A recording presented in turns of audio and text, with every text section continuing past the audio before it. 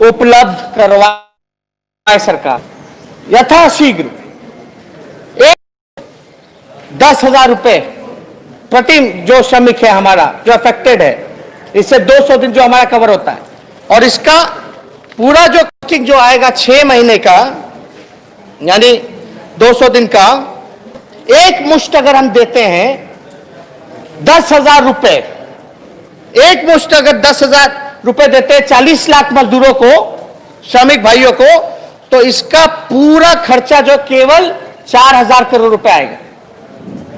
4,000 करोड़ रुपए आएगा।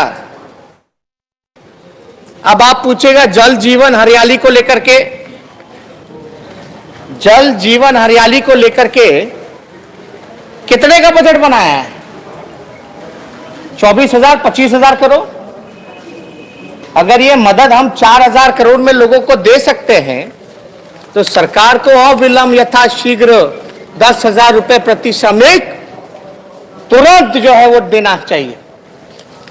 आप जानते होंगे कि जब महागठबंधन की सरकार थी, महागठबंधन के सरकार में जो बिहार विकास मिशन के अंतर्गत बेरोजगारी भत्ता हम लोग देते थे, लगभग 65 लाख बेरोजगारों को जो रजिस्टर किए थे। अब डबल इंजन की सरकार आ गई है तो वो बंद हो गया काम, बेरोजगारों को भत्ता भी नहीं मिल रहा।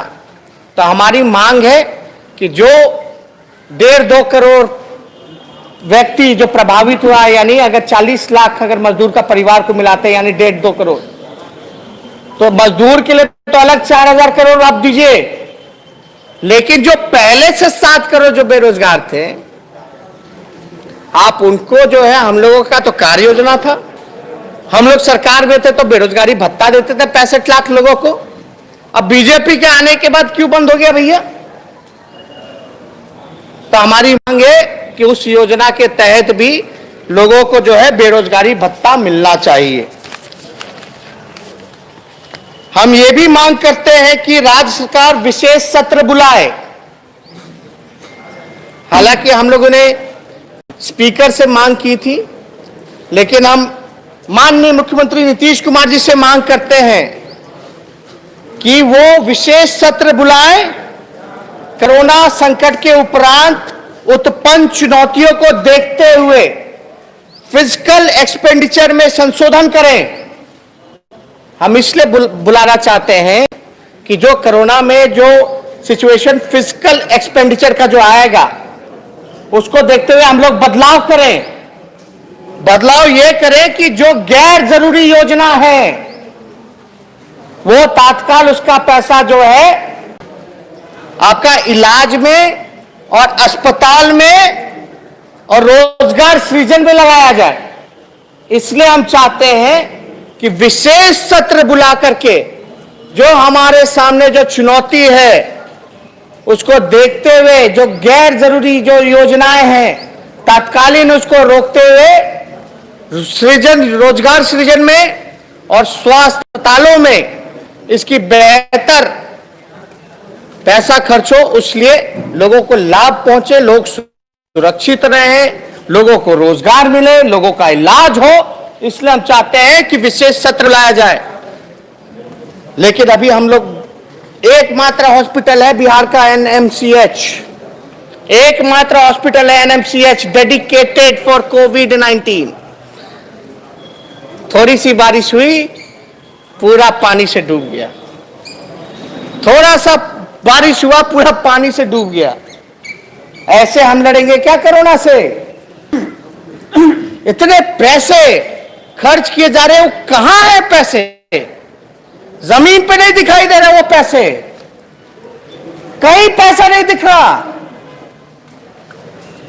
लोगों के जीवन के साथ खिलवाड़ कर रही है यह सरकार। भ्रष्टाचार बढ़ गया। अद्भुत है नीतीश कुमार जी की कोविड-19 महामारी को भी जो पैसा लगाना चाहिए था लोगों के इलाज के लिए, रोजगार के लिए, टेस्टिंग में, क्वारंटाइन में लोगों को लाने के लिए, आज अद्भुत है नीतीश कुमार की, इसमें भी भ्रष्टाचार का खेल हो गया। क्या हिसाब है, क्या ट्रांसपेरेंसी रही? कोई ट्रांसपेरेंसी नहीं रही।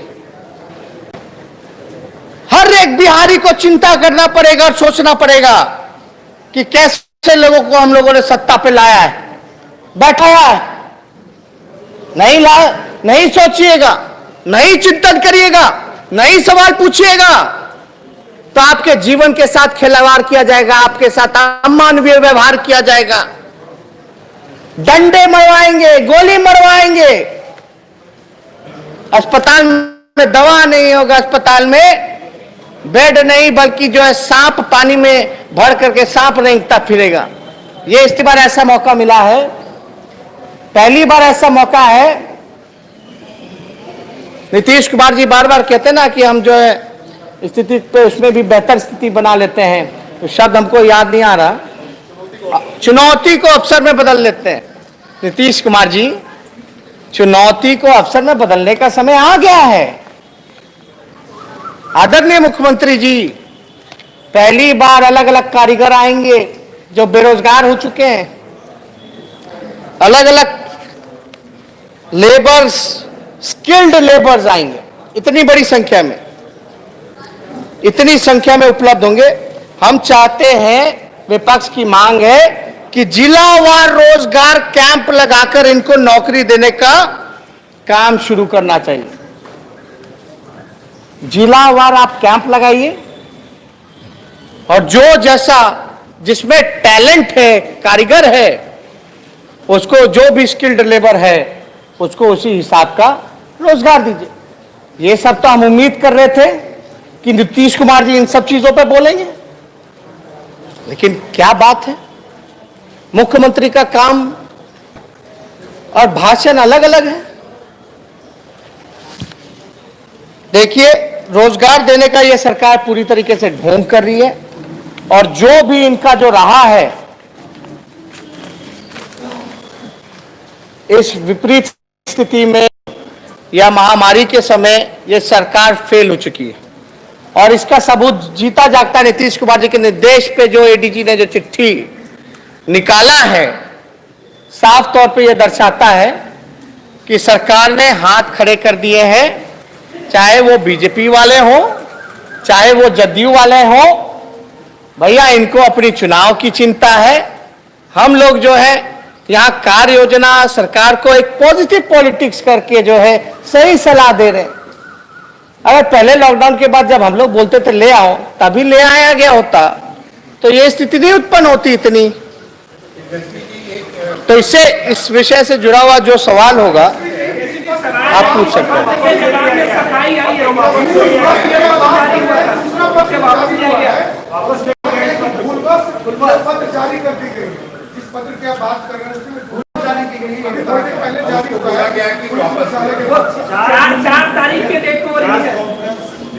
ऑलरेडी ये सर्कुलेट हो चुका है। कई वीडियो हमने जो है देखा कि जहां पुलिस डंडे चला रही है। जिस परिवार का लोग गाली खाया, डंडा खाया, बस आप आके कह दोगे कि भैया भूल हो गई, छोड़ दीजिए। और आज ही क्यों? एक मिनट, चिट्ठी कहां है भैया? डेट क्या है? भूल को सुधारने के लिए कितना दिन लगेगा? भूल को सुधारने के लिए कितना दिन लगेगा? क्या उम्मीद कर सकते हैं सरकार क्या काम करेगी? तो बड़ी निकम्मी है।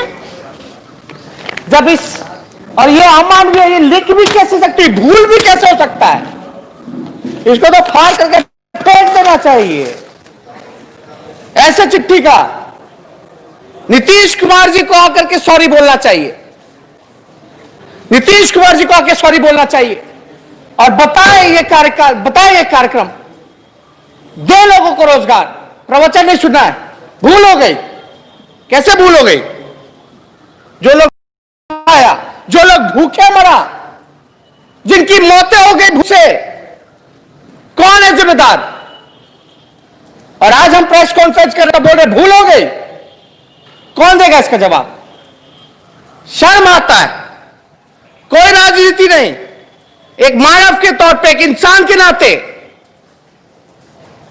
थोड़ी इंसानियत जगाइए, अंतरात्मा को जगाइए। एक कोविड के लिए डेडिकेटेड अस्पताल है, पूरा पानी भर गया है पटना में। जल जमाव की स्थिति होगी। खाने के लालच ऐसे ही पड़े हैं, कहां से राशन बांटेंगे? छुआछूत करेंगे पानी में, ऐसे ही कोरोना फैल जाएगा। कोई राशन वितरण करेगा भी कि नहीं करेगा? क्योंकि उसको भी संक्रमण का डर होगा। मरेगा कौन? मरेगा गरीब, मरेगा मजदूर, मरेगा किसान, मरेगा। इसका जिम्मेदारी कौन लेगा? Shame on this government.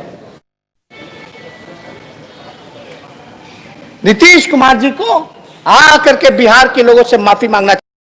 अगर थोड़ी सी भी नीतीश कुमार जी में शर्म बची है, सुशील कुमार मोदी जी में शर्म बची है, आइए अपने गलती को मानिए और सॉरी बोलिए। बिहार की जनता को बोलिए, बिहार के गरीब को बोलिए, बिहार के मजदूर को बोलिए, श्रमिकों को बोलिए, किसानों को बोलिए।